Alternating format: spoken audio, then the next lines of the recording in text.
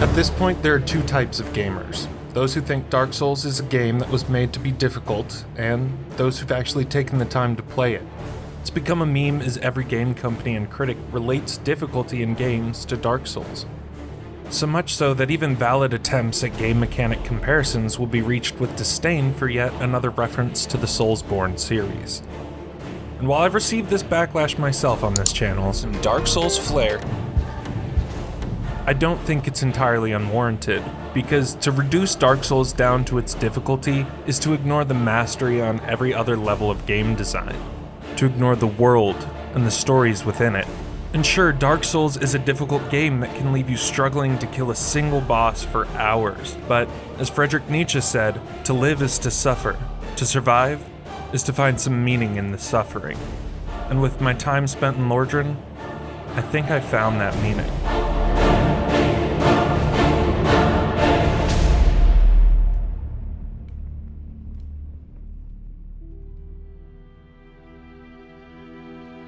Part of what makes this game so beautiful to me is the intricacy and open-endedness of its lore. The story goes that Miyazaki, the game's director, grew up reading fantasy novels. However, at his young age, some of the writing was too advanced for him to understand. So, while he fell in love with the ideas of these heroic knights and faraway castles, the specific details were a bit of a mystery, bits and pieces he had to fill in for himself. Having such fond memories of this experience, he tried to recreate it for the players of Dark Souls, giving us bits and pieces of concrete information and leaving the rest for us to fill in, to create and make our own. There will be spoilers for the Dark Souls series ahead, but for once, I don't think that should deter you.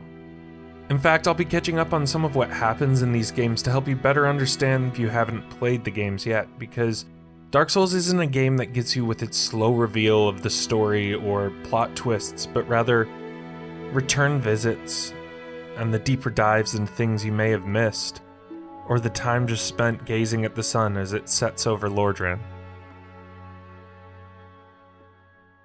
In Dark Souls, you play as an undead hero at the end of the Age of Fire. As far as we know, the timeline in the world of Dark Souls exists as such. The Age of Ancients, where everything was grey and unformed and inhabited by everlasting dragons. After which came the Age of Fire, which came about when the first flame was born into existence. However, with the existence of the fire came disparity. Within this fire, unknown beings found souls of great power. With this power, these newfound lords waged war on the dragons and took dominion over the world above. But as the first flame began to die, the Age of Fire would come to an end. And presumably the Age of Dark, or the Age of Man as it is sometimes known, was to be ushered in. I have my own thoughts on this, as you will see later. But before the first flame could die out completely, Gwyn, the Lord of Sunlight, who found the soul of light within the flame, sacrificed himself as fuel to prolong the flame and continue the Age of Fire. However, with this act, the undead curse was born, an affliction identified by the dark sign, a marking on top of the skin above where the heart would be. This curse prevented humanity from dying, as death would result in their resurrection at bonfires, which are linked to the first flame.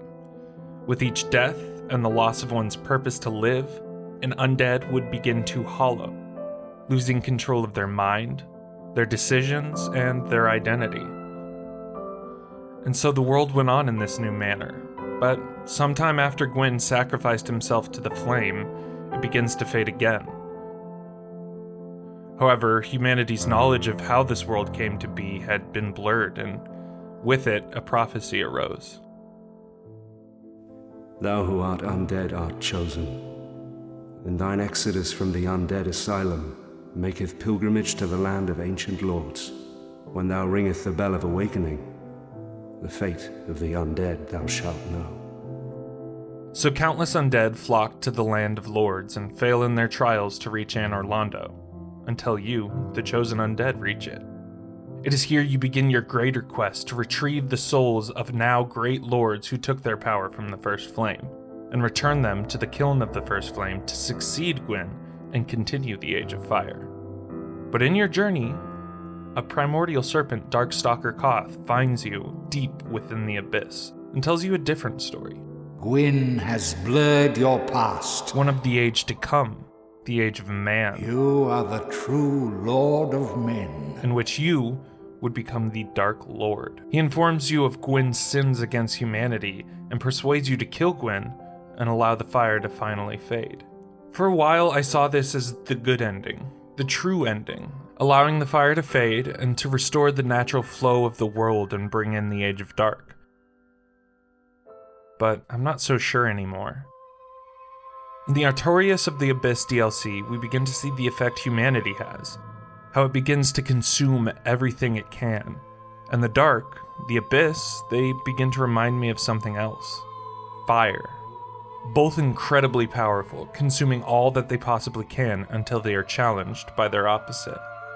The disparity we hear about at the beginning of the game, I think, can more accurately be described as balance.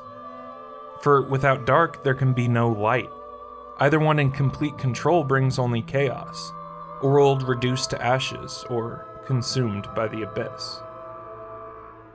Gwyn tries so hard to prolong this Age of Fire and ward off the Age of Dark or the Age of Man, but what I don't think he realizes is that the Age of Man is already here, existing in sync with the Age of Fire, bringing balance and stability to Lordran. It is my belief that Darkstalker Koth is lying to us. Allowing the fire to die will not rein in the Age of Man, but rather something different. A new age, or one we've already seen. I think Koth is manipulating us into believing our age will reign on and we will be this Dark Lord because every humanoid being has proven to be incredibly self-serving, and that would be the only way. But in reality, I think he's attempting to return the flow of the world to a more natural order. For when Gwyn decided to disrupt this natural order and delay the end of their age, he disrupted another balance, that of life and death. When Gwyn linked the First Flame, he also brought on the undead curse, a curse of immortality. This was something that confused me for so long, because in most fiction and mythology, immortality is a power sought after, the power to overcome death and live on. Why then in Lordran is it seen as a curse, something undesirable? I believe the answer is one I've already given, and that's balance. Without death, what is life? We see in the undead the fear of hollowing, a state in which an undead is bound to succumb to. Once all purpose in life has been lost, nothing to live for, and unable to die, these beings lose their mind, lose control of their hollow shells, and exist in varying states of what can only be described as hell. Unwittingly attacking anything with a shred of humanity left, standing guard to kingdoms long since abandoned, and living in a constant state of torture, unable to escape. This is the fate of immortality. This is life without death. Sure, death is cruel and untimely, but in the end, it's what gives living purpose. We have no way of knowing what the future will bring, what will be born at the closing of this world. For all we know, the end of this is just the end, and all we are left with is the days we have on this earth, both the good and the bad, the joy and the pain.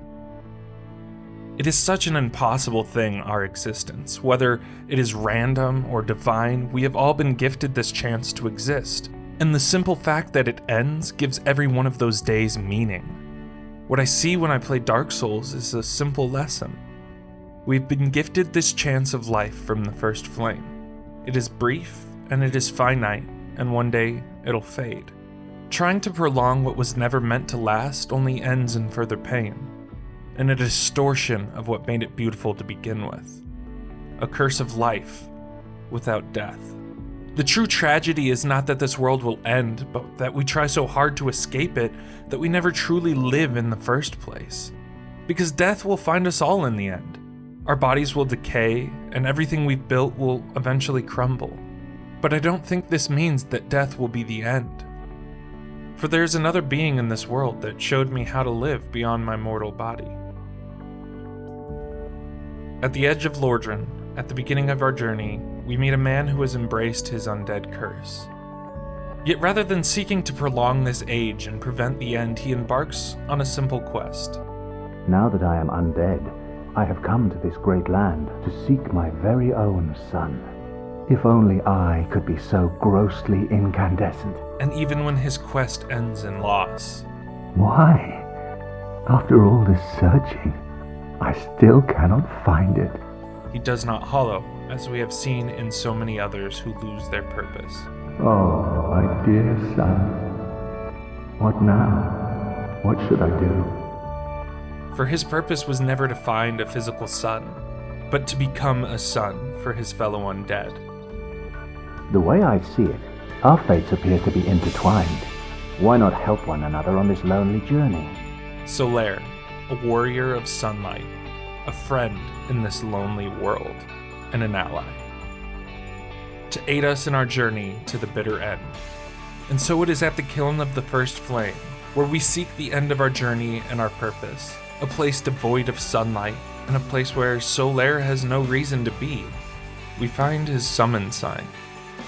Even when Solaire has reached the end of his journey, Was it all a lie? Have I done this all for nothing? he carries on to aid us.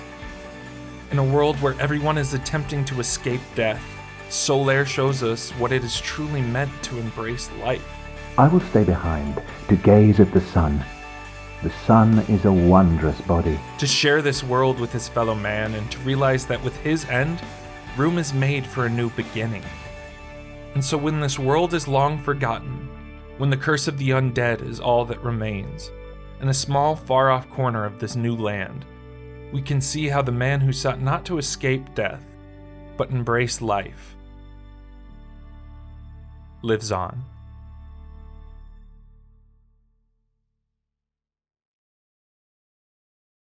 Hey guys, thank you so much for watching this video. I'm sorry it's taken so long to get another one out, but you know, life gets in the way. Anyway, if you like Dark Souls or you want to see a little bit more of it, I've recently started doing some Dark Souls challenge runs on Twitch, so you can find that at the link below. Come hang out, talk Dark Souls or other games. Until then, I'll see you guys in the next video.